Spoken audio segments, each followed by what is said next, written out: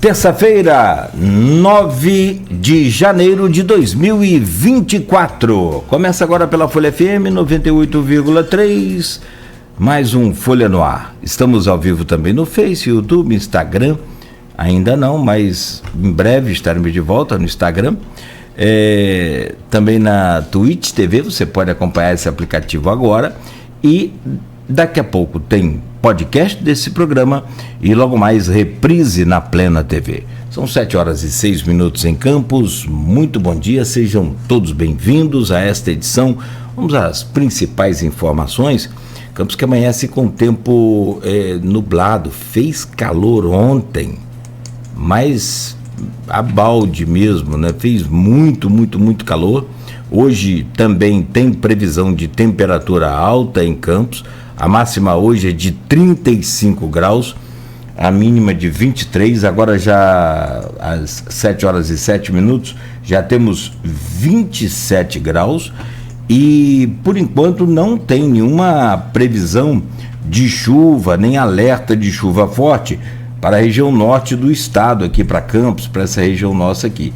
Tem previsão de tempo nublado e isso vai se cumprindo, né? Porque neste momento o tempo é nublado aqui na área central da cidade, mas com sensação térmica bem alta. Ontem teve ponto no Rio de Janeiro que chegou a 52 graus de sensação térmica.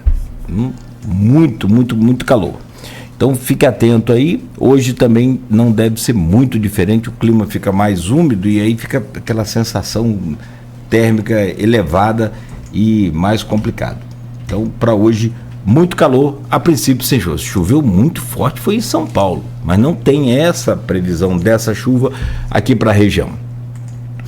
No programa de hoje, com Rodrigo Gonçalves na bancada, temos o prazer de receber João Vitor Carvalho, que é administrador da obra do Salvador.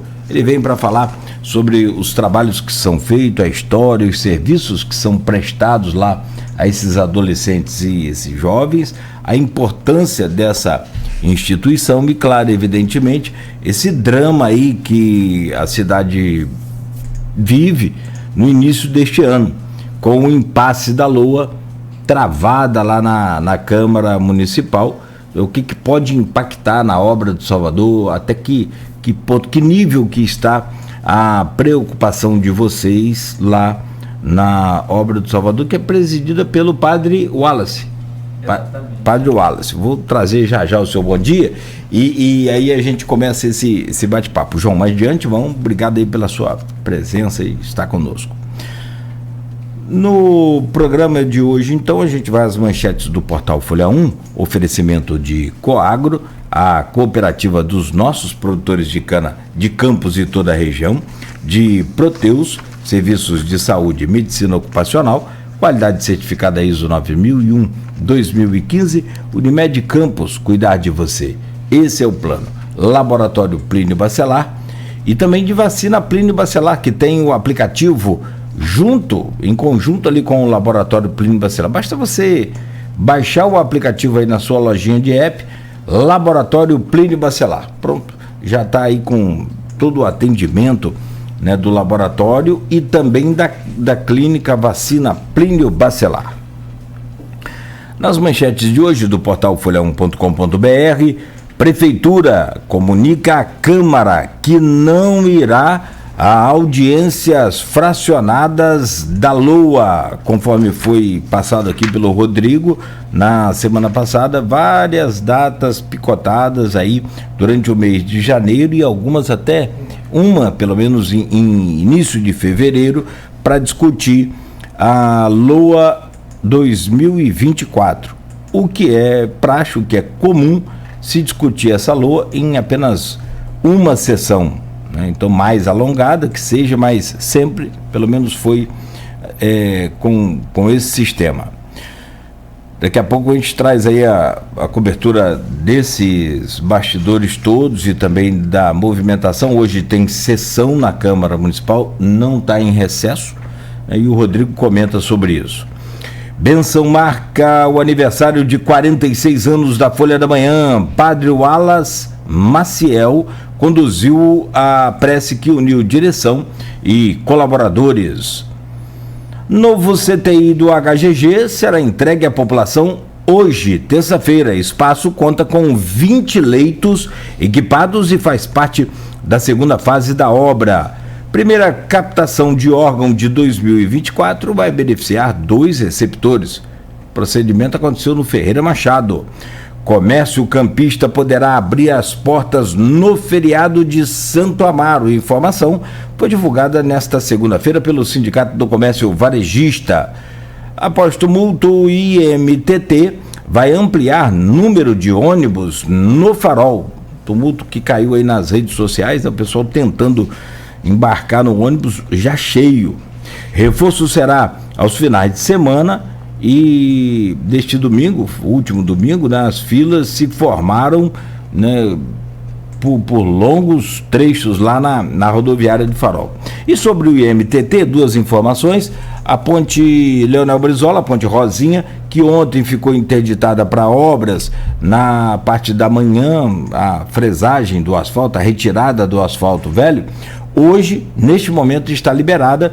Nesse sentido, Guarulhos Centro, pista liberada. Quem está aí na região de Guarulhos e vem para o centro, pode usar a Ponte Rosinha normalmente. E a Formosa, conforme prometido aqui nesse programa, que eu agora não lembro a data mais, mas foi no início de final de dezembro e início de janeiro, com o Godard, presidente do IMTT, a gente falava já no finalzinho da entrevista sobre a ciclovia na Formosa. E hoje, quer dizer, já tem uma parte da Formosa com ciclovia, vários trechos dela com ciclovia, essa ciclofaixa, né? E hoje, então, desde ontem, a equipe trabalhando a partir da José Alves de Azevedo até a Felipe Web, esse centrão aqui ganhou ciclofaixa. E tirou o semáforo. Aliás, aquilo estava dando um problema enorme, aquele semáforo ali. Não estava sendo respeitado pelos pedestres, porque o pedestre, o semáforo que o Rodrigo se refere, é em frente o camelódromo. O que acontecia? O sinal está fechado para o pedestre, mas não vem carro nenhum. Um pedestre atravessa, os outros iam atrás. E aquela multidão ali, muita gente. Aí o sinal está aberto para eu passar de carro, só que eu tinha que parar. Isso é um problema, porque o pessoal estava atravessando, não tinha como. E estava dando fila até na Beira Rio. Pra você ter ideia, Barão do Amazonas, por conta daquele semáforo, chegou a ter momento de ter fila lá perto do Alberto Torres. Só para você ter uma ideia.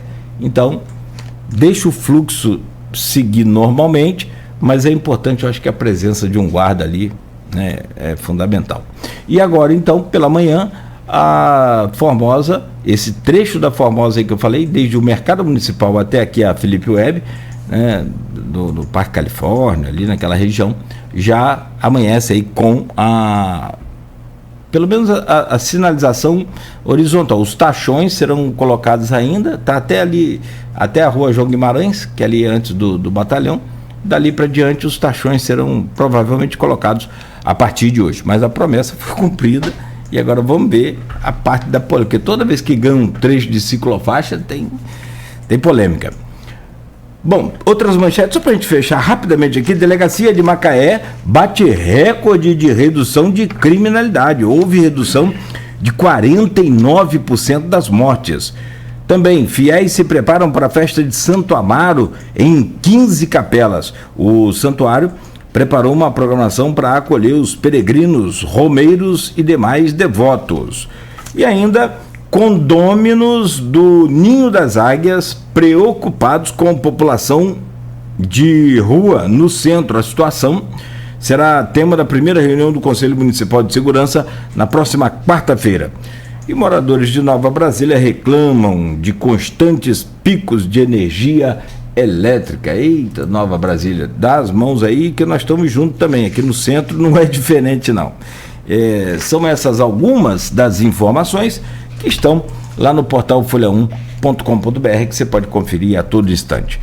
São São 7h16 aqui no Folha no Ar. Deixa eu trazer o bom dia do João Vitor Carvalho, administrador da obra do Salvador, hoje com a gente para falar um pouco. E eu acho que nessa missão de ouvir todas as entidades, a gente tem tido boas surpresas, agradáveis surpresas, apesar do momento ser um momento muito crítico, muito complicado, dramático para algumas instituições, reveladas aqui por seus administradores, presidentes, representantes, e um momento de muita apreensão, sobretudo, por conta do impasse provocado aí pela não votação da LOA, a Lei de Orçamentária Anual. Então, o que vai dar todas as diretrizes aí para as verbas que a prefeitura recebe e, naturalmente, tem que repassar para os seus gastos. Então, esse momento, mas por outro lado, apesar desse momento apreensivo, há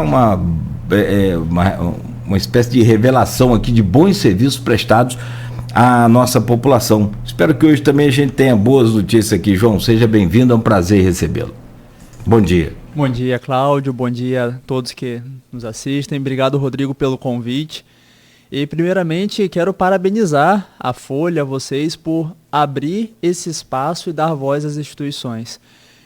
Hoje, sem dúvida, o terceiro setor ele presta, de fato, um serviço de extrema relevância para o nosso município, para a nossa população. E quando a gente tem esse espaço, quando a gente tem essa oportunidade de mostrar o nosso trabalho, é exatamente o que acontece, né? Essas surpresas que a população tem, que a imprensa tem, porque de fato somos nós que estamos lá na ponta, né? Então, obrigado por esse espaço, e a gente vai estar aí para partilhar durante o programa todos os nossos trabalhos, todas as nossas expectativas para o ano 2024, que mesmo diante das aflições, diante das incertezas, ainda são expectativas boas, e a gente espera que tudo se resolva para que a gente possa alcançá-las. Que bom, que bom. Otimismo, esperança e fé, é tudo, né? Pelo amor de Deus. Bom, 7h18, só vou pedir licença a você, muito bem rápido, para a gente trazer aqui o Rodrigo e fazer uma apanhada, para a gente entender, depois de mais um fim de semana, depois de essa manchete aqui que a gente leu, conforme está aqui no portal Folha 1, Prefeitura comunica à Câmara que não irá a audiências fracionadas da LOA. Então a gente quer entender mais um episódio desse drama terrível aí que é esse impasse da LOA. Rodrigo, bom dia, bem-vindo, boa semana para você. Bom dia, Cláudio. Gosto do seu otimismo, boa semana, né? Vai ser uma semana trabalhosa, mas estamos aí. Ser. Agradecer desde já a companhia de todo mundo, né? Na Folha FM 98.3, agradecer a você, o Beto na técnica, especial nosso entrevistado, João Vitor Carvalho. A gente vai falar um pouquinho sobre a obra do Salvador, que muita gente já ouviu falar, do trabalho desenvolvido, né, por mais de 3 décadas, né? Sempre, principalmente nesse encaminhamento de jovens, de adolescentes e jovens para o mercado de trabalho, a questão da profissionalização, é um trabalho muito sério, que hoje até existem outras instituições que fazem, mas eu acho que a obra do Salvador, ela desde o início, né, ela cumpre esse papel muito bem, e a gente vai falar sobre esse papel, né? Agradecer o João por estar aqui com a gente. Na verdade, a gente tem trazido, né, que instituições que são beneficiadas, são OSCs, na verdade, que são beneficiadas pelo Fundo Municipal da Infância e Adolescente. Só que a obra do Salvador, ela tem ainda, vamos dizer assim, mais uma situação, que além dela receber pelo fundo, ou seja, pelo Conselho de Promoção do Direito da Criança e do Adolescente, ela também recebe por parte do Serviço de Convivência e Fortalecimento de Vínculos da Secretaria de Desenvolvimento Social. E então isso, para essa questão do impasse da LOA, como a gente vem colocando, nesse momento ela causa muita insegurança para essas instituições que não sabem como elas vão iniciar o ano delas. Na verdade, elas desde o ano passado fizeram um planejamento com base nos recursos que elas receberiam, né, no início desse ano, algumas com acréscimos, e aí chega esse momento, elas começam o ano com essa insegurança, e que tudo indica, isso não vai ter fim de imediato, pelo menos é o que tem parecido, né? A gente torce para que seja o contrário, ou até mesmo para que haja algum posicionamento tanto da Justiça quanto até do Ministério Público em relação ao inquérito que foi aberto pela doutora Nick, né? O prazo que dado pela Vara da Infância e Juventude no processo que o Conselho abriu da criança e adolescente, termina na quinta-feira, o prazo de 15 dias, né, de dias corridos, porque a gente teve os feriados e tal.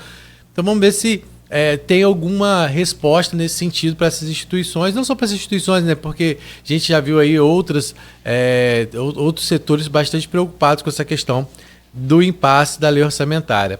Né? A gente já ouviu falar muita coisa de um lado, muito de outro. A prefeitura tem 250 milhões de duodécimo para poder administrar esse mês de janeiro. E aí pode experimentar, não pode experimentar. E está nesse impasse todo, né? E o que acaba gerando uma grande insegurança, né? para toda a sociedade campista. Né? Então a gente torce para que haja um desfecho. Hoje, inclusive, às 4 horas da tarde, antes da sessão na Câmara, o prefeito Vladimir Garotinho vai receber os representantes dessas instituições às 4 horas da tarde lá na prefeitura, não só das 13 OSCs, né, como a PAI, a APOI, a PAP, a própria Obra de Salvador, mas também a Casa Irmãos da Solidariedade, que você viu, a Fátima Castro fez também uma postagem nesse sentido. Né? E aí, então, hoje acontece esse encontro, às 17 horas tem a sessão na Câmara normalmente, né? A gente está aguardando sair a pauta, ainda não foi divulgada a pauta, deve ser divulgada agora pela parte da manhã. E no dia 10, amanhã, às 9 horas da manhã, já acontece a primeira audiência pública, que foi marcada pelas comissões que são presididas por vereadores do grupo dos Bacelar. Presididos não, que são compostas em sua maioria pelos representantes do grupo dos Bacelar. Né? Como você falou, foi dito, né, pelo governo, a lei orçamentária anual foi enviada para a Câmara desde o dia 30 ou 31 de agosto, 30 de agosto, e desde então era aguardado que os procedimentos normais para que ela fosse colocado em votação acontecessem, e não aconteceram, segundo aí os trâmites normais, que pelo menos é o que indicam os vereadores da base. E aí a gente entra em 2024, então, com esse impasse da lei orçamentária, que você já lembrou aqui, em 2019 para 2020 também aconteceu dessa forma. No entanto, naquele momento chegou-se a ter audiência pública e ficava faltando só acontecer, propriamente dito, a sessão. E foi o que aconteceu. A sessão aconteceu pelo que você falou, acho que lá do dia 17... 14, né? 14, véspera de Santa Amaro. Né? E o que a gente vê agora é uma sinalização que, pelo menos até o início de fevereiro, não tem previsão de votação, pelo menos por parte da Câmara, né, da presidência da Câmara, de pautar essa lei orçamentária.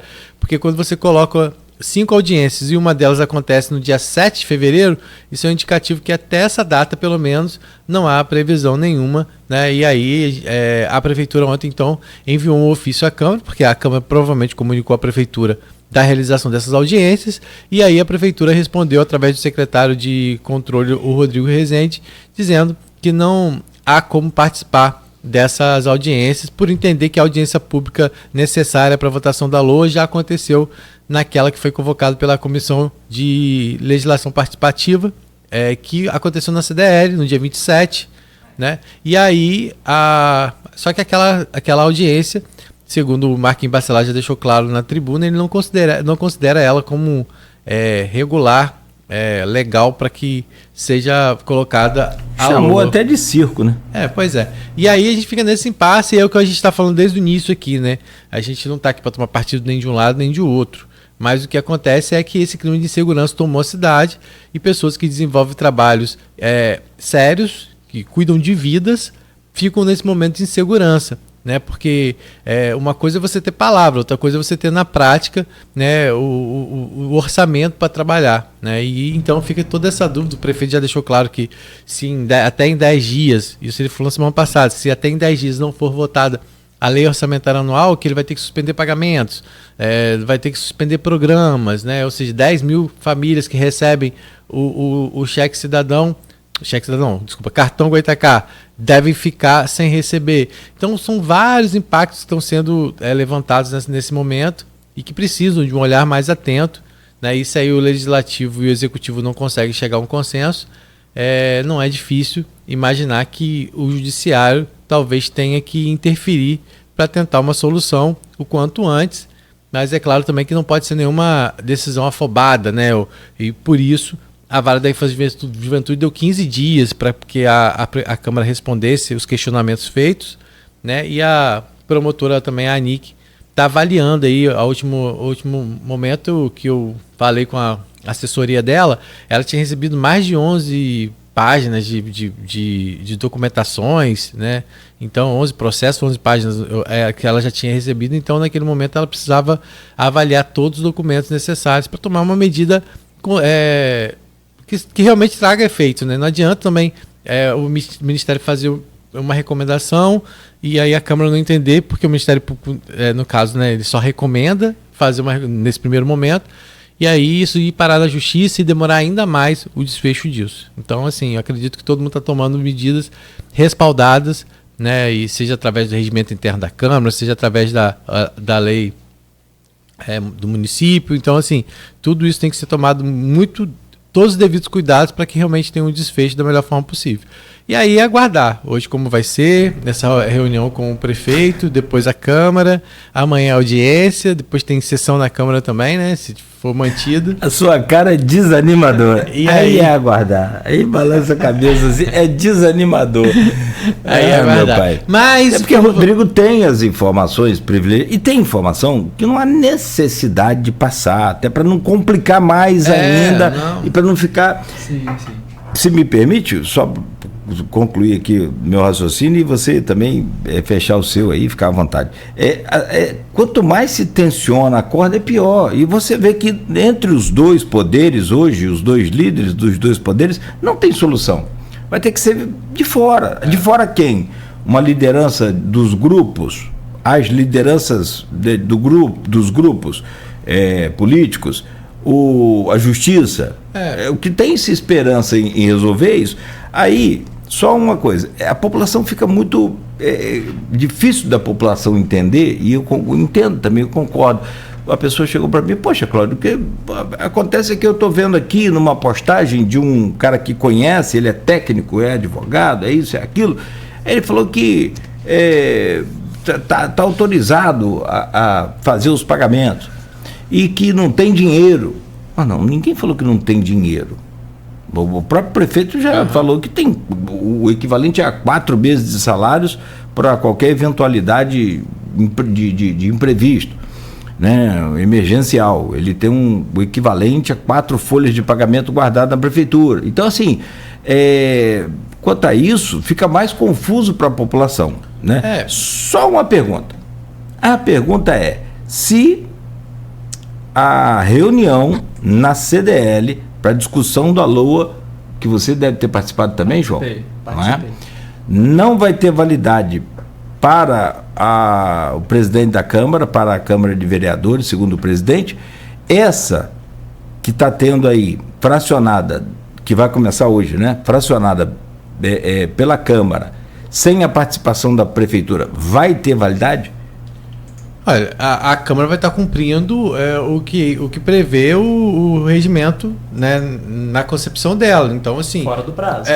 Exatamente, fora do prazo. Mas na cabeça dela, ela vai estar cumprindo. Se vai estar cumprindo, e aí o que interessa é se vai ser pautada. Então, se a daqui valeu, se a de lá valeu, acho que as instituições estão um pouco se importando nesse sentido. O que elas querem é que seja pautada o quanto antes. Agora, só um comentário que eu queria fazer para essas pessoas que ficam especulando. A gente tem hoje analista orçamentário, tem um monte nas redes sociais, né? Gente, muita gente fala assim, Rodrigo, eu queria conversar com você para trocar uma ideia sobre isso. De fato é o quê? Pressão? Eu falei, gente, qualquer pessoa que fale qualquer coisa sem ter estudado de fato a lei de diretrizes orçamentárias, nem falo a LOA, a LDO que foi já aprovada, não pode falar sobre a LOA, porque cada lei de diretriz orçamentária, ela já diz, elas são diretrizes que são tomadas pela gestão. E cada lei de diretriz orçamentária, ela é de um jeito. Então, aquela pessoa que às vezes está falando com base na lei, na LDO do ano passado, ou está falando na LDO de outro município, está dando barrigado. Porque se você não pegar a lei de diretriz orçamentária e estudar ela de fato, com tudo, o que pode empenhar nisso, não pode empenhar, pode fazer isso, não adianta. Qualquer coisa que as pessoas vierem a falar nesse sentido, sem estudarem a LDO, sem saberem de fato como que ela é pura especulação. Por isso que a gente em nenhum momento arrisca aqui em dizer que lado A e nem lado B está certo. O que a gente está questionando o tempo todo é a insegurança que se criou na cidade. E aí, não são palavras nossas, são palavras de pessoas que já passaram aqui, basicamente por conta de birra e disputa política. Porque quando estavam todos alinhados lá atrás, quando houve a pacificação lá atrás, certas discussões deixaram de existir e que agora estão existindo e que lá atrás deixaram de existir, como foi o caso dos servidores públicos, que agora estão sendo estão sendo colocados como, vai ficar sem reajuste, mas lá atrás também, quando se sentou e discutiu a pacificação, algumas questões relacionadas aos servidores públicos não foram colocadas. Então, assim, o que a gente está falando nesse momento é o quê? Instituições como a Obra do Salvador e todos outros que passaram por aqui, elas se planejaram, elas se anteciparam. Pela primeira vez, acho que deu tudo certo na questão do processo para receber os recursos deles no ano passado. Eles participaram dos editais, foi tudo definido certinho para começar 2024 sem ter nenhum tipo de transtorno, pelo menos na tentativa. E aí vem no final do ano e acontece tudo isso. E aí, eu acho melhor do que ninguém para falar para a gente é o João Vitor para explicar como que esse impacto. Claro que a gente vai falar isso mais para frente, porque eu sempre gosto de fazer com que as pessoas conheçam um pouco mais do trabalho de cada uma dessas OSCs, porque elas acabaram entrando num primeiro momento no olho do furacão, mas é um problema que não afeta só as OSCs, afeta a vários setores da sociedade. Mas como foi o Renato Gonçalves que esteve aqui com a gente, que levantou, vamos dizer assim, essa bola, né, como coordenador do Fórum da Sociedade, ele foi a primeira pessoa a levantar isso falando sobre as OSCs, então isso fez com que a gente jogasse uma lupa em cima dessas OSCs, né? E aí são 13 OSCs que desenvolvem um trabalho atendendo aí cerca de 700 crianças e adolescentes da nossa cidade, cumprindo um papel que muitas vezes o poder público não consegue e não alcança. Então, assim, é importante a gente ressaltar isso. E a Obra do Salvador dispensa até a apresentação, mas eu vou pedir o João para poder falar um pouquinho para a gente sobre o trabalho, como é que surgiu a Obra do Salvador, a importância que ela tem para os jovens, para os adolescentes e os jovens aqui de Campos. Perfeito. Então, novamente, Rodrigo, obrigado pelo convite, obrigado, Cláudio, um amigo também ali que Beto. Então, a Obra do Salvador, ela foi fundada, né, lá em 1987 pelo bispo de Campos, Dom Carlos Alberto Navarro, que veio com o objetivo, né, e a missão da Obra do Salvador, ela nasce naquele momento através do seu estatuto, que é oportunizar o protagonismo de adolescentes, crianças, jovens, famílias em situação de vulnerabilidade social. Então, assim, a obra, mesmo há 3 décadas atrás, ela já nasce querendo dar o protagonismo de fato às pessoas, né? Uhum. Não sendo somente aquela obra assistencial, como as pessoas pensam e acham, né, quando se diz de trabalho social, é aquela ali que vai dar o peixe, fica aí, meu filho, tá tudo bem, não. A Obra do Salvador, ela nasceu com a missão de ensinar a pescar, né? De dar o protagonismo a essas pessoas e transformar suas vidas. Uhum. Então, desde do seu nascimento, da sua fundação, a gente vem construindo, através dos projetos, que foram tantos ao longo dos anos, essa vontade de resgatar as pessoas ali na margem e dar dignidade a elas, seja através do trabalho, seja através da educação, da cultura, da qualificação profissional, mas sempre apontando para elas e mostrando que essas pessoas, elas são protagonistas de suas histórias, de suas vidas. E eu imagino que são 37 anos, que vai fazer agora, né? Dia 21 de maio. Imagino quantas histórias vocês não ajudaram aí a serem construídas, né? Eu imagino que até hoje vocês devem ter retorno de pessoas que passaram por lá, que tiveram a oportunidade, muitas vezes, de fazer um jovem aprendiz, né, e tantos outros projetos que vocês acabam proporcionando lá. Queria que você falasse um pouco sobre isso, né? Qual foi o trabalho desde o início é o mesmo, ou ele foi se transformando, né, diante das demandas, das necessidades? Como é que foi isso? Perfeito. A obra, ela nasceu com alguns projetos, a princípio, para tentar sanar as dificuldades da época, né, na região. Então, tinha alguns projetos de pequenas reformas, né? Naquela época não se tinha saneamento básico como alguns lugares nós temos hoje.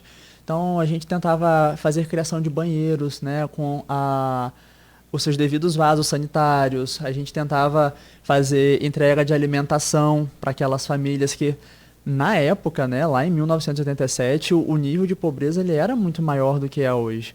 Então, assim, a primeira grande sacada da obra do Salvador foi tentar reparar os problemas daquela época. Então, os projetos eles passavam, né, desde ações de melhorias da reforma da casa daquelas pessoas, até mesmo a entrega dos alimentos. A gente começou logo nos primórdios da obra mesmo, né, com projetos de leitura, né, para incentivar tanto a leitura como a escrita. Muitas pessoas também não sabiam ler e escrever à época. Então, começa com esses trabalhos mais direcionados e mais focados no problema da época, e aí a gente vai evoluindo, né? Sanando alguns problemas, outros vão aparecendo e a gente vai se transformando. Logo depois, um grande projeto que foi um dos maiores no que tange a tempo, né, desse início da obra do Salvador, eram os projetos de artesanato. Então, os projetos de artesanato, eles aconteciam dentro da obra do Salvador mesmo. Então, lá as pessoas aprendiam desde costura, aprendiam bordados, aprendiam... A gente tinha uma cerâmica também na obra do Salvador, então aprendiam a fazer objetos com a cerâmica. Passamos por uma marcenaria escola, a gente tem essa marcenaria escola até hoje lá na obra do Salvador. Não funciona hoje mais por falta de profissional, mas, por exemplo, os bancos que a gente tem no pátio da obra do Salvador, eles são desde essa época, né, construídos lá pela marcenaria escola. Então, a marcenaria escola também que formou muitas pessoas na obra do Salvador, e às vezes a gente encontra pessoas na rua ainda, olha, fui formado na marcenaria. Mais tarde, um pouquinho, veio a padaria escola, né? Sempre assim, com cursos e ações que eram capazes tanto de fomentar a qualificação, mas também de estar inserindo ali já uma visão empreendedora e o mercado de trabalho, né? Para um pouco mais de autonomia para essas pessoas. Olha, eu vou aprender a fazer, mas esse saber fazer eu posso vender, conseguir uma renda ali para minha família, às vezes uma renda extra, às vezes a própria renda de sustentação da sua família. Né? Então. E aí, a obra, hoje, quais são as ações desenvolvidas por ela hoje? Perfeito. No ano de 2003, se eu não me engano, 2007, a obra do Salvador ela começa com o programa de aprendizagem, que é o programa Jovem Aprendiz. Então, assim, hoje vamos dizer que é o carro-chefe na obra do Salvador, né? Porque onde a gente vai, as pessoas já ligam a obra do Salvador ao programa de aprendizagem. Sim. É algo que a gente tenta, inclusive, desmistificar um pouco, porque a obra do Salvador ela não só trabalha com programa de aprendizagem. Sim. Ao longo do tempo, a obra do Salvador já trabalhou com idosos, já trabalhou com famílias, já trabalhou com crianças. Então, hoje a obra ela trabalha com serviço de convivência e fortalecimento de vínculo em algumas faixas etárias, daqui a pouco eu destrincho melhor. Ela trabalha com o projeto Primeiro Passo, que é um projeto de qualificação profissional, e a gente tem o Jovem Aprendiz. Então, assim, o que é o programa de aprendizagem? Ele é estabelecido pela lei federal, né? Então, todas as empresas são convidadas. A gente fala convidadas, mas assim, elas são obrigadas a contratar, através da lei de cotas, aprendizes, para que de fato ela possa dar oportunidade aos jovens, tanto do primeiro emprego como da qualificação profissional. E o benefício do programa de aprendizagem não é somente o emprego. E a gente poderia falar assim, gente, o trabalho, isso é bíblico, isso é milenar, né? O trabalho dá dignidade ao homem, ele dignifica o homem. Então o programa ele já tem todo esse brilho, né? De trazer essa dignidade da vida humana, de trazer essas responsabilidades dos jovens. E além do trabalho, da qualificação, é claro, porque o programa de aprendizagem ele vai estar aprendendo uma profissão na prática e na teoria, que ele estuda lá na obra do Salvador, ele tem diversos outros benefícios, que é a erradicação da pobreza, a diminuição da fome, a diminuição da evasão escolar, porque o jovem, para ele ser aprendiz, ele obrigatoriamente ele precisa estar estudando ou ter concluído o ensino médio.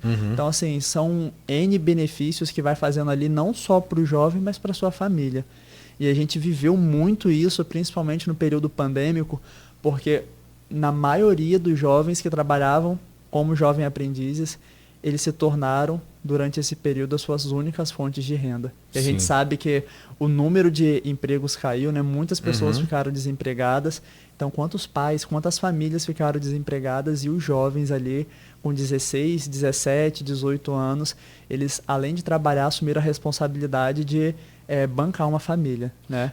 Isso que eu queria entender, se isso é um perfil da obra ou isso faz parte, né, do programa. É porque o jovem, né, quando ele é encaminhado, né, para uma empresa, vocês mantêm, mesmo ele na empresa, ele tem que pelo menos uma vez na semana participar das atividades da obra. Isso é um perfil da obra ou geralmente é assim? Porque eu vejo outros lugares que encaminham para jovem aprendiz, mas não tem essa continuidade, não tem esse acompanhamento. É como assim, tem a obrigação de, vamos dizer assim, né, a obrigação de colocar lá, né, para ocupar a vaga de jovem aprendiz, mas não faz esse acompanhamento, que é muito importante muitas vezes, até para ver se o jovem está se adaptando, como é que é isso? Isso é um perfil da obra ou geralmente é assim que funciona? Então, são duas coisas distintas, aí eu vou separar aqui. Primeiro, o contrato de aprendizagem, ele é um contrato de carga horária prática e teórica. Isso vale para todas as entidades de formação. Então, tanto para a Obra do Salvador quanto para as demais. 80% mais ou menos dessa carga horária, ela é prática, ou seja, é o trabalho que ele desenvolve na empresa, e o restante é teórico na entidade formadora, no caso na Obra do Salvador. Então isso vai funcionar, essa distribuição de carga horária, ela tem a sua particularidade de acordo com a entidade, mas ela funciona para todos. E aí tem o acompanhamento. Então hoje a Obra do Salvador, ela tem assistente social, psicóloga, pedagoga, que além da sala de aula, além dos treinamentos teóricos, ela faz esse acompanhamento. Ela visita as escolas para saber a frequência do jovem, a gente visita as empresas para saber o desempenho deles, a gente faz as visitas domiciliares para entender ali o contexto familiar também. Então, isso é muito particular da Obra do Salvador, né? Assim, eu não posso falar por outros porque eu não conheço, mas a gente tem todo esse acompanhamento também.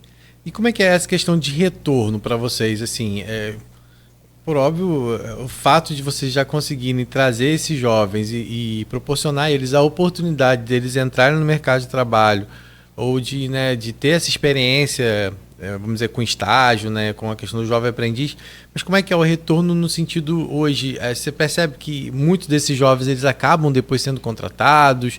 Vocês têm algum tipo de acompanhamento nesse sentido? Sim, sim. A gente tem um índice muito, muito bom de efetivação, e às vezes não efetivação necessariamente na própria empresa, né, mas de recolocação no mercado de trabalho. Então, semana passada mesmo eu fui à farmácia e encontrei um ex-jovem aprendiz. E aí ele falava assim, olha, eu fui aprendiz da obra, e eu perguntei, e aí, foi rápido se recolocar? Ele, olha, levou 3 meses, e você acha que o jovem aprendiz te ajudou, a Obra do Salvador te ajudou? Ele falou assim, cara, muito. Porque, de fato, o trabalho ele traz maturidade. Né? Então, ainda que seja 11, 15, 16 meses de um contrato, você entra uma pessoa e sai outra. Né? Isso é inegável. Você tem mais responsabilidade, tem mais compromisso. A forma da sua comunicação, ela muda, né? Ela melhora. Então, ele falou assim, cara, completamente me ajudou nessa recolocação, porque, assim, eu era um jovem que primeiro não tinha experiência. Agora eu tenho. Eu era um jovem que era tímido, não gostava de falar em público, agora eu falo. Então, assim, todas essas barreiras que a gente precisa sanar para ser inserido no mercado de trabalho, a gente consegue construir ali na Obra do Salvador, e isso é muito importante para a gente. A gente vai falar depois sobre o impacto da LOA mais à frente, aí, Nogueira. Aí você depois pode até ler aquele comentário que foi feito aí pelo Juninho, mais à frente. Mas eu queria que você falasse sobre essas etapas. Vocês começam... A partir de que idade vocês começam a trabalhar com esse adolescente? Perfeito. Hoje a gente começa a trabalhar com 13 anos. 13 anos. Que é o primeiro passo ou não? Que é o Serviço de Convivência e Fortalecimento de Vínculo. O nosso Serviço de Convivência hoje, ele está dividido em 3 faixas etárias. Se a LOA permitir, vão ser 4 faixas etárias a partir de março, mais ou menos. Hoje é de 13 a 15 anos, onde a gente vai trabalhar artes criativas. De 15 a 17 anos, onde a gente vai trabalhar comunicação e tecnologia. E a gente tinha até 31 de dezembro a faixa etária de 30 a 59 anos, que era o objetivo de trazer os pais responsáveis para dentro da obra do Salvador para a gente conseguir fazer um trabalho mais na sua integralidade, né? Trabalhar qualificação, educação, cultura e família. Porque muitas das vezes são os elos que estão quebrados na vida desses adolescentes. Então, desde os 13 anos, a gente começa a inserir ali nos jovens o que a gente chama de formação humana. Porque, assim, às vezes a parte mais prática, mais técnica, ele aprende na empresa. Mas a proatividade, a pontualidade, a empatia, isso são coisas que geralmente a gente não consegue ensinar assim da noite para o dia, né? Não é um computador que a gente vai ensinar a digitação, não é isso. São questões mais internas mesmo, que a gente começa a trabalhar desde essa faixa etária, para quando ele tiver um pouco mais maduro, a gente já conseguir encaminhá-lo para o mercado de trabalho. Então ele pode entrar lá com 13 e sair de lá com 18, vamos dizer assim. Pode. E aí ele pode participar de todas essas etapas de formação. Como que eles chegam até lá, por exemplo? Esse caminho é feito de que forma para que esse jovem seja atendido, esse adolescente seja atendido pela obra? Perfeito. Todos os jovens do serviço de convivência, eles são oriundos de encaminhamentos do CRAS. Porque o serviço de convivência ele é uma política pública, né, da assistência que está vinculada ao CRAS. Então, assim, nós somos como um braço do CRAS, né, para fazer esses atendimentos que a gente chama de atendimentos indiretos. Exatamente. A gente começou atendendo somente o CRAS do território, que é o CRAS do Esplanada, mas devido à alta demanda e ao quantitativo de vagas que a gente tinha ali na ocasião também, a gente expandiu. Então, hoje a gente atende CRAS de toda a campus. Desculpa, Rodrigo, mas o CRAS, na verdade, usa aquele CAD único, que é o cadastro de todo cidadão brasileiro, né, que está nessa faixa social, tem que ter. E ele estando ali, você não precisa fazer um cadastro paralelo para saber se meu filho pode, se meu filho não pode. Aliás, a gente até conversava sobre isso antes. A pergunta do Rodrigo é bem interessante, porque abre também uma outra visão. Tem um jovem já com 18 anos, ele pode entrar, e aí ele não está no CRAS, por exemplo, vamos supor, mas é daquela faixa social para estar. Ele pode procurar a entidade e aí vocês vão orientá-lo para que ele vá ao CRAS, volte. E essa questão da idade também, como é que funciona? Então, a faixa etária está dividida por projeto, né? E a gente tem outras maneiras de entrada, porque assim, hoje o serviço de convivência, ele obrigatoriamente ele é o encaminhamento do CRAS. O primeiro passo, por exemplo, que é o projeto que inclusive é financiado pelo CMPDCA... Pelo fundo, né? Pelo fundo, através do conselho. As nossas entradas, elas são das inscrições feitas no nosso site. Então, também, né? E a gente também tem outros encaminhamentos, também CRAS, CREAS, Conselho Tutelar, a gente recebe encaminhamento da rede como um todo. Mas, geralmente, esse projeto... a gente a gente chama através das inscrições do nosso site. É o primeiro passo. Que é o primeiro passo. Então, assim... Para entrar, tem que ser pelo site. No primeiro passo, sim. Primeiro passo. No primeiro passo, sim. No serviço de convivência, os encaminhamentos do CRAS. Então hoje quantos são os projetos desenvolvidos pela obra? São 3 projetos, vamos colocar assim, né? O serviço de convivência, o primeiro passo e o jovem aprendiz. O serviço de convivência, ele não tem faixa etária? Tem essas faixas etárias, 13 a 15, 15 a 17, e por enquanto são essas duas que a gente tem. Entendi. A gente está para ampliar mais 2 faixas etárias agora a partir de março, em 2024. Dentro daquelas... Depende da LOA. Depende da LOA. Né? É dentro daquela emenda parlamentar recebida por vocês? Exatamente. Né? A gente vai ampliar agora uma faixa etária de 18 a 22 anos e uma de 60 anos para cima, que é para atender os idosos. Então, assim, a gente está ampliando mais 2 faixas etárias. Então, assim, pegando a faixa etária de juventude mesmo, a gente vai ter de 13 a 15, 15 a 18, 18 a 22. Então, a gente vai pegar uma faixa etária bem extensa, assim, para a gente conseguir formar bastante. Bacana. E a obra do Salvador, como você falou, ela hoje ela é mantida. A gente vai falar sobre mais à frente a Lô, mas as pessoas pensam assim, né? Por ela ser que seria a diocese que mantém, ela é ligada à diocese, como é que funciona? Qual o vínculo que a obra tem com a Igreja Católica? Perfeito. A obra do Salvador ela não é mantida pela diocese, né? O Dom Carlos Alberto Navarro, quando fundou a obra do Salvador, ele não fundou como diocese, né? Embora a figura dele de bispo diocesano, isso é inseparável, né? Uhum. A obra na sua natureza jurídica, ela é uma associação, ou seja, Dom Carlos Alberto mais um grupo de pessoas se uniram para fundar a obra do Salvador. E no estatuto, né, ele coloca a diocese como... a obra ela tem a sua confissão, né, a sua confissão de fé católica ligada à diocese de Campos. Então, assim, nós temos sim essa ligação estatutária, onde não se perde o vínculo, né? Então, no estatuto sim, mas na sua natureza jurídica somos uma associação. Então, a ligação com a diocese é, de fato, a profissão de fé que nós temos. E, é claro, né, a sucessão apostólica que a gente acredita dos bispos. Então, de Dom Carlos Alberto Navarro passou para o próximo bispo, para o próximo. Se não me engano, depois foi João Curso, né?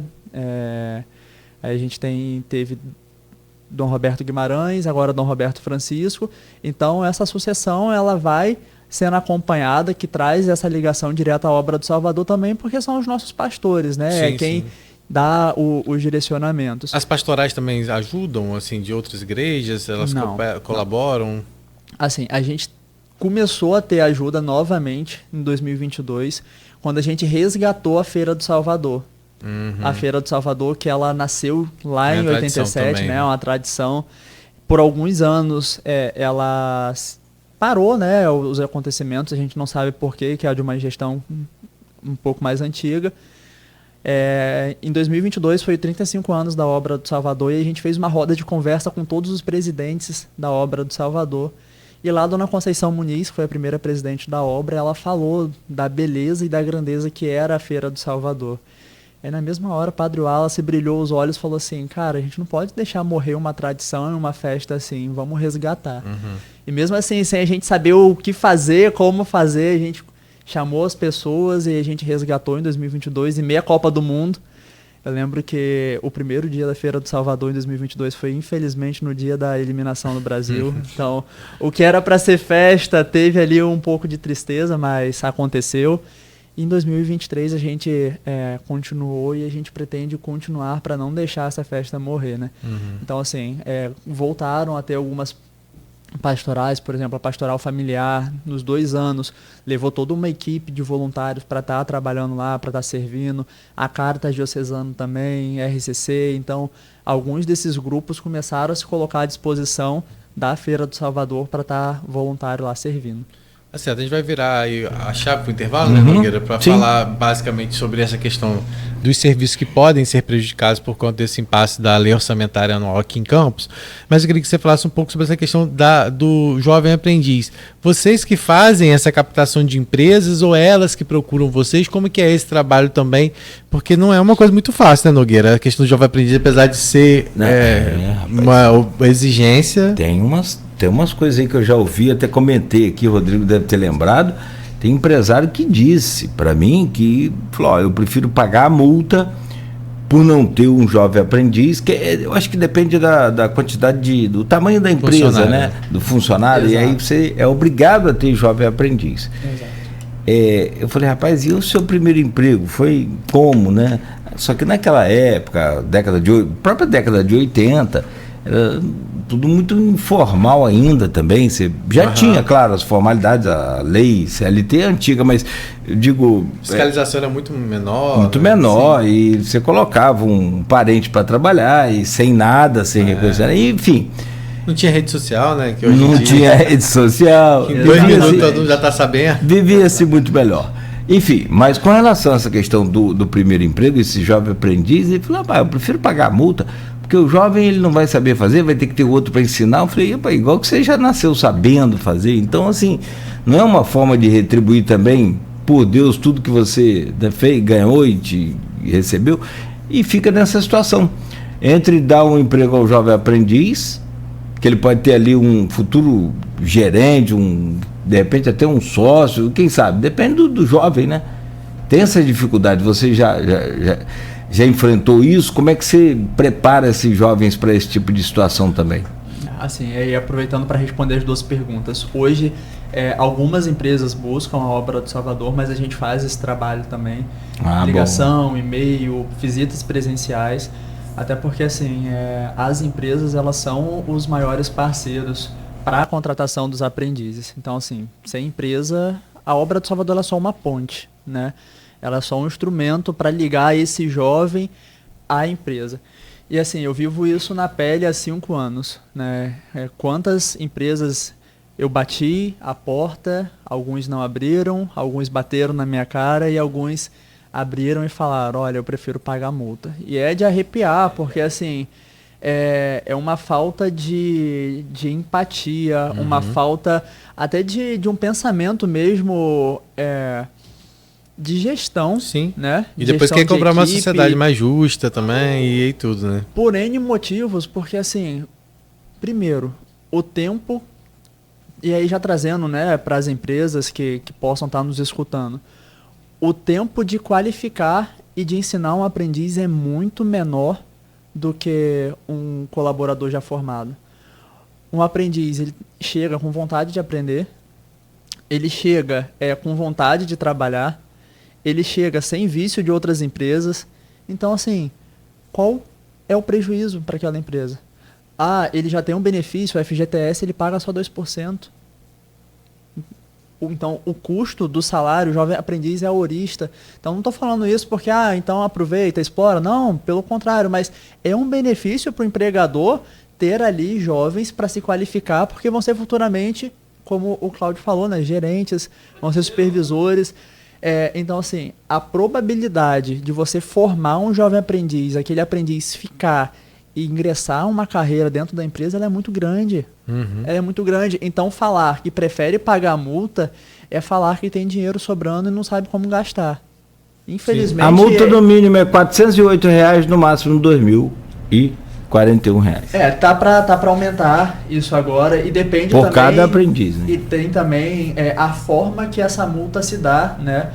Hoje o Ministério Público ele está também, além dessa multa da não contratação, eles já estão aplicando multa por discriminação. Então, assim, é uma multa que com certeza vai aumentar e vai apertar o calo dessas empresas, porque é um ato discriminatório também. Por que você não quer contratar? Porque é jovem? Porque é da comunidade? Porque não é o tipo de pessoa e que a gente escuta isso? Né? O tipo de pessoa que a gente está procurando aqui. Não, mas qual é o tipo da pessoa que você está procurando? Porque se de fato é para dar oportunidade. E assim, a gente entende as dores da empresa também. Por isso que a gente faz um trabalho de pré-aprendizagem. Sim, sim. O que a gente descobriu ao longo desse tempo? Se o jovem aprendiz não chega pelo menos um pouco qualificado, sabendo o que ele quer, a gente vai ter problema. E quando eu falo a gente vai ter problema, o aprendiz vai ter um problema de permanecer na empresa, de aprender. Então, a gente tenta reparar isso antes para que ele tenha uma efetivação maior. E aí, por isso que é importante todos esses projetos que a gente vai falar para frente, né, como o primeiro passo, por exemplo, que a gente já falou aqui, que é através do CMPDCA, que é o Conselho Municipal de Promoção dos Direitos da Criança e do Adolescente.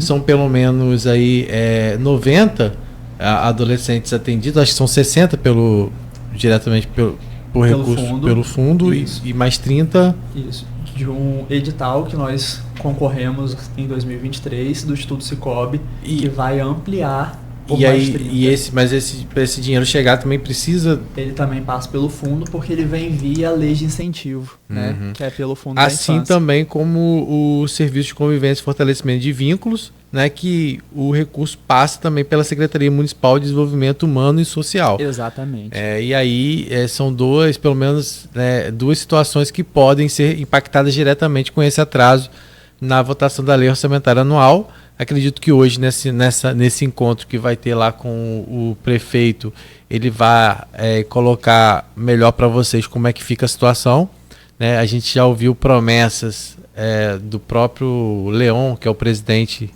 do Conselho Municipal de Promoção do Direito da Criança e do Adolescente, que tentaria, junto à Secretaria de Controle, uma alternativa para pagar essas OSCs agora em janeiro, mas a gente também tem, por outro lado, uma incerteza, porque o termo, né, de compromisso que garante aí a assinatura do contrato não foi feito. Então, como pagar se você não tem um contrato? Então, tudo isso eu acredito que vai ser esclarecido hoje, vai ser colocado hoje lá nesse encontro. Exatamente. E aí a gente volta depois do intervalo, então, né, falando um pouco mais sobre essa angústia, sobre esses impasses, e saber também como vocês avaliam aí todo esse desenrolar, se vocês vão nas audiências, se vão estar presentes, se vão tentar de alguma forma se mobilizar para tentar convencer aí da votação antes, quais serão os próximos passos adotados por vocês, então.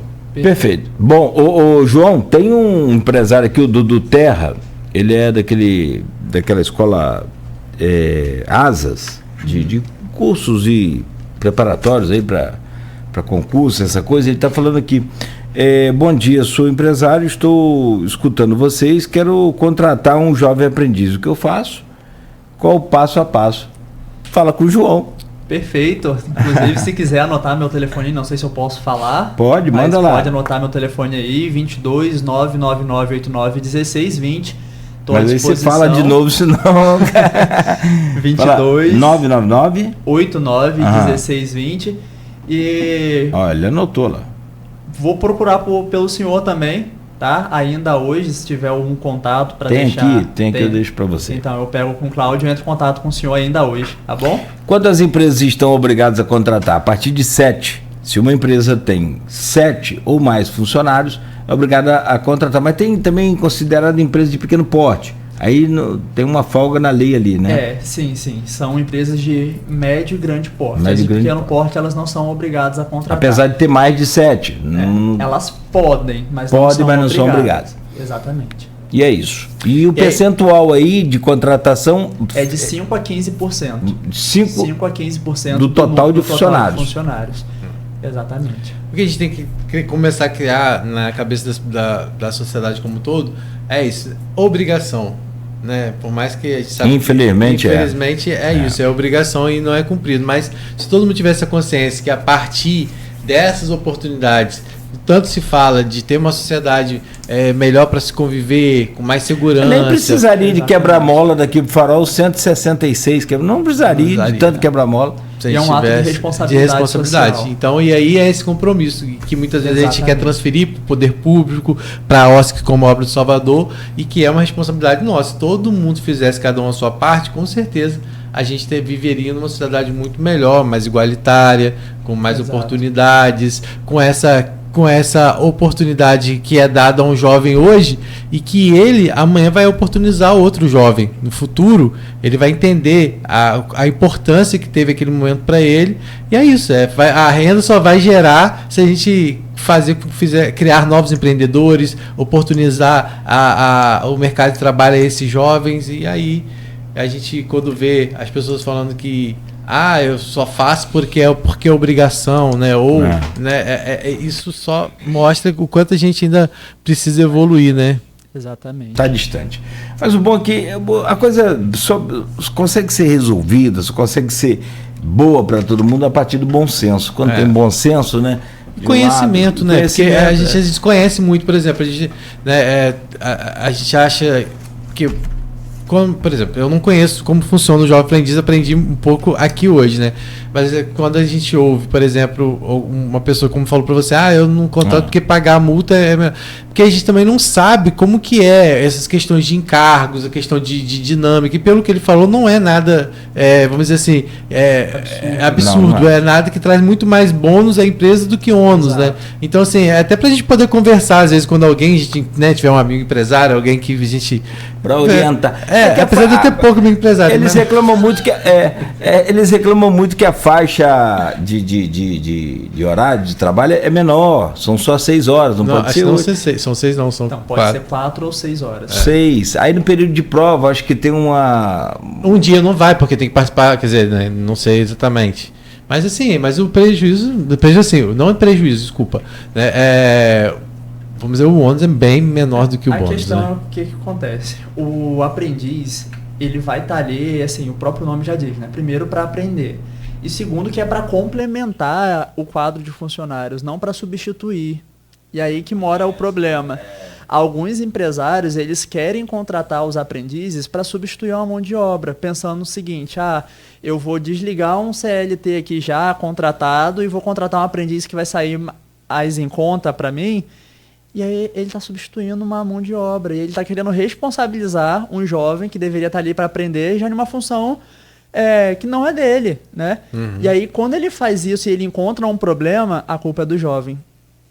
Não, peraí, a culpa não é do jovem. E aí começa a criar essas barreiras, né, que precisam ser vencidas. Muito a gente já venceu, né? Mas... E quando vocês intervêm de alguma forma, porque vocês também fazem esse trabalho de orientação, quando vocês identificam que não está sendo cumprido, aí cria esse distanciamento às vezes também, né, da pessoa achar que vocês vão estar vigiando eles o tempo todo. Né? Na verdade não é parceria, né? Exatamente. Bom, rapidamente então o intervalo, são 8h07, daqui a pouco o pessoal que está interagindo aqui com a gente... Vai lá, depois vamos voltar nos comentários aqui, e a gente volta logo a seguir com o Folha no Ar hoje com o Rodrigo Gonçalves, e estamos recebendo aqui o João Vitor Carvalho, que é administrador da obra do Salvador. No oferecimento de Coagro, Proteus, Unimed Campos, Laboratório Plínio Bacelar e Vacina Plínio Bacelar. A gente vai ao intervalo, volta bem rápido. E tem uma dica agora já na abertura desse bloco aqui para você investir bem o seu dinheiro com gente que realmente conhece, entende e vai oferecer a você a melhor opção de investimento com maior rentabilidade e maior e total segurança. Aproveite para investir o seu dinheiro com quem realmente entende, que é a equipe da Nauta XP Investimentos. Minuto Nauta XP. As principais